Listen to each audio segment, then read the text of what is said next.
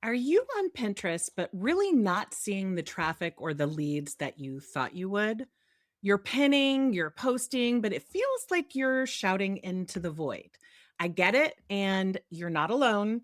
Many of my students or my clients come to me saying the exact same thing. And most service providers are making the same mistakes on Pinterest. And those mistakes are literally costing them leads and clients.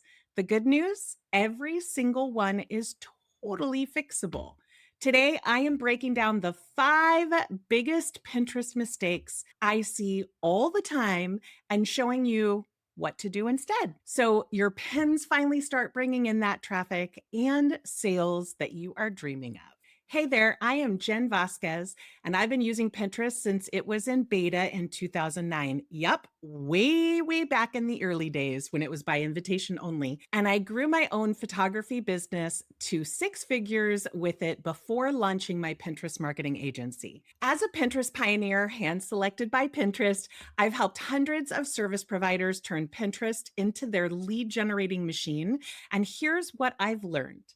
It is not about working harder. It's about avoiding the simple mistakes that are really holding you back. So let's dive in right into the first one. Mistake number 1, treating Pinterest like social media. This is a big one. One of the biggest mistakes that I see is treating Pinterest like Instagram or TikTok. Pinterest is not social media. It is a visual search engine. It's basically a search marketing platform. People go there searching for help, wanting to buy, wanting to get tips on whatever. They go to Pinterest searching for this information. That means people aren't scrolling for entertainment. They're searching with intention, which also means they're closer to purchasing because they're doing the research to make that purchasing decision. They're typing things in like how to plan a wedding timeline or how to create a morning routine for moms. If your pins are just pretty pictures without a caption or a super vague, broad caption, then you're invisible. The fix? Think keywords. Just like you'd optimize a blog for Google, optimize your pins for Pinterest.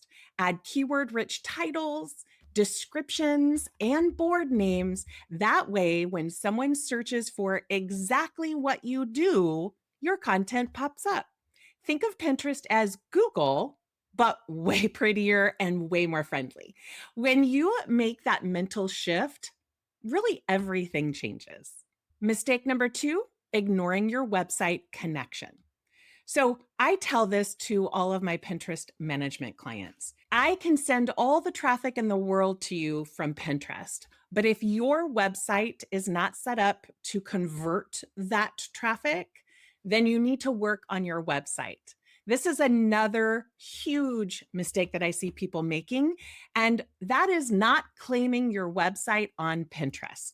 This is like setting up a shop in the middle of town, but forgetting to put your address on the map. When your site isn't claimed, you lose out on the important analytics, your pins look less trustworthy, and you miss the chance to build authority with Pinterest's algorithm. Keep this in mind. You can use any link when you put pins on Pinterest, but the links that include your website, which is in the settings, your website that's claimed, those pins will get better traffic. So the fix, go into the settings, claim your domain. It takes less than 2 minutes, and I'm going to go ahead and put that video link down there. You can probably do it in 2 to 3 minutes. And once you do, your pins will have a little sort of check mark of trust inside the algorithm, and you'll unlock analytics that show exactly what people are clicking on. The data is gold because it tells you what's actually working, so you can double down on that work. It just makes sense. If you're watching video after video or listening to podcast episode after podcast episode, and you plain just don't have the time to do Pinterest, there's a solution. I can help. We have multiple done for you plans that can fit in most budgets. So you can spend your time focusing your energy on the things that you do for clients so well. It's your superpower. And then let us handle your Pinterest marketing. I will put the link down below. If this is something that you decided is good for your business, but you don't have the time, that's when you outsource it. Mistake number 3, inconsistent pinning. Raise your hand if this sounds familiar. One week you are all in on Pinterest, could be even a couple weeks. You're scheduling out pins, you have your queue in Tailwind filled up, and then life gets busy. Maybe one of your kids gets sick, maybe you get sick, maybe you have a family vacation, and suddenly it's been 3 months since your last pin. Pinterest notices that inconsistency and does not like it. The fix is to pin consistently. And I recommend setting aside just 1 hour a week to batch your pins, repurpose content from your blog, your podcast, Instagram, YouTube video, whatever your content is, instead of reinventing the wheel. And remember, Pinterest is a long game. It can take from a few months up to a year to really send that consistent traffic out there. About a month ago, I did my analytics, which I do each month. Well, my team did my analytics, but I looked at those analytics and I was shocked. Well, and dismayed a little bit. So, one of the images in the top 10, one of the pins that were out there, was a photograph that I took in 2014. 2014. Yes, that is over 10 years ago. And it was in my top 10 pins. It just started suddenly taking off. Now, as a photographer, my work today is so much better than my work 11 years ago. But when people click on it and then they go to my website, they're going to see my current work, right? It can be a long game, but it is worth that time investment because these pins come up over and over and over again. And one of my clients, she said, I want to prepare for my maternity leave. I do not want to work on my maternity leave, but I still want Pinterest to work for me. So we worked on a plan for her and she doubled all of her Pinterest work. So instead of 1 hour a week, she was doing 2 hours a week to prepare for this 6 months off. And she was still getting client inquiries the whole time she's on maternity leave. That is the power of Pinterest. Pins will come around over and over and over again. The time and the work and the investment that you do into Pinterest will be helpful for years to come. So, staying consistent, which may mean spending 2 hours a week leading up to a vacation so that pins are still going out while you're on vacation and you can actually take a vacation, that's the best way to do it. Mistake number 4, using the wrong images. So, Pinterest, as you know, is a search marketing platform. It's a visual platform. So, your images or videos are the first impression. And yet, I see so many service providers uploading horizontal images or teeny tiny text or squirrely, really pretty, handwritten text, which is really hard to see, hard to read. And these designs, they end up blending into the feed. So here's the truth. Pinterest loves vertical pins.